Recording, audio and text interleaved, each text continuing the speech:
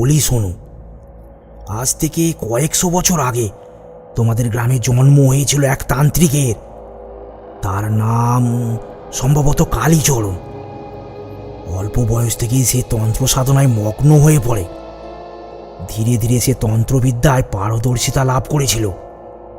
নানান জায়গা ঘুরে ঘুরে সে সিদ্ধি লাভও করে।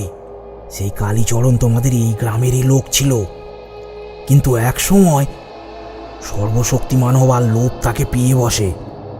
তাই সে নিম্নমার্গের সাধনার দিকে পা বাড়ায়, আর সে সফলও হয়েছিল।